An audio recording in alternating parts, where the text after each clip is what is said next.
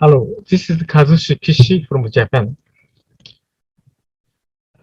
My presentation is about the curative high-dose tomotherapy in breast cancer women with ipsilateral or contralateral regional node recurrence without distant metastasis. In the clinical situation, we have a question: is post-operative nodal recurrence of breast cancer much more controllable than ever with higher dose, and how? And I have a question. Uh, how many nodules could be controlled, or how many fields? Not the nodules number, it's the number of fields. So we tried. So this is based on the philosophy about the immunity. A previous study, Bergolizzi, 2006, said uh, with the resistance therapy of the 60 gray by insertifraction, only ipsilateral supraclavicular lymph node recurrence. They reported overall clinical response rate 94.9%, but median survival time progress-free at only 28 months, OST 40 months, 5 years, OST 35 months. So we challenged wider target set. It includes the ipsilateral, contralateral, neck, supraclavicular, parasternal, axial, all involved, and we supplied higher dose at 62.5 gray per 25 fraction. The dose, biological dose, is equivalent to the 68 gray, and we this higher dose was delivered to each macroscopic nodules, but we controlled the regional field with the 50 gray divided by 25 fractions. It's a usual CTV. Our patient counted the 25 with 45 fields, not nodules, 45 fields. So neck field 5, supraclavicular 17, parasternal 13, axial 10. So it's overlapping. And after the treatment, evaluation method is like this. Usually, each 6 months, we performed PET-CT study, and each 3 months, we performed a conventional plain CT observation. If any positive result means recurrence, we suggested the treatment to the patient.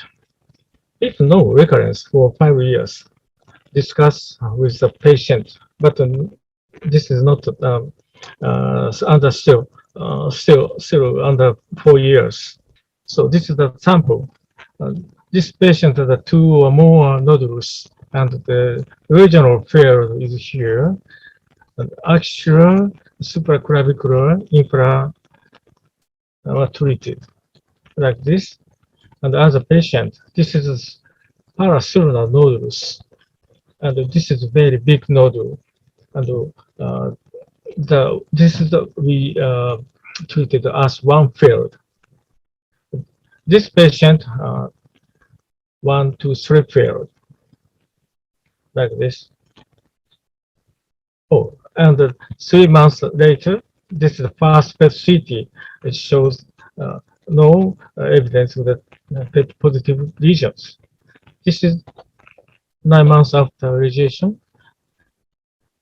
No evidence of the lesion or other tumors. And we performed salvage treatment other than chemo hormonal therapy. We give cyber9 or Trinity tomotherapy.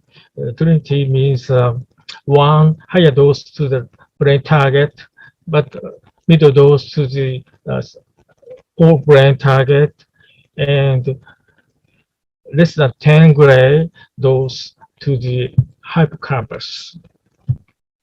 For liver metastasis, we gave the cyberknife treatment and arterial infusion chemotherapy. For bone metastasis, Zometa, landmark, and the spotty radiation therapy is combined to feature. Okay, and lung metastasis, we usually use cyberknife in high fractions. So these salvage treatments were combined accordingly to the patient's status. So result one, especially we'd like to stress that the overall survival rate at 2 years, 84%. In comparison to this previous data by Pellegret, their survival curve here, and we are 20% up, 20% upper than his data. Maybe this is meaning the 68 gray is much more powerful than the 60 gray, which was reported in 2006. Now again, overall survival rate at 2 years, 84%.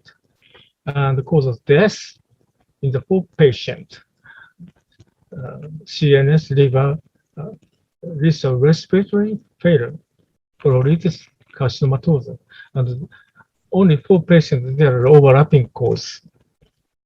And 40 patients developed distant metastasis. These were salvage, and only half of these are related to the death. So, and overlapping.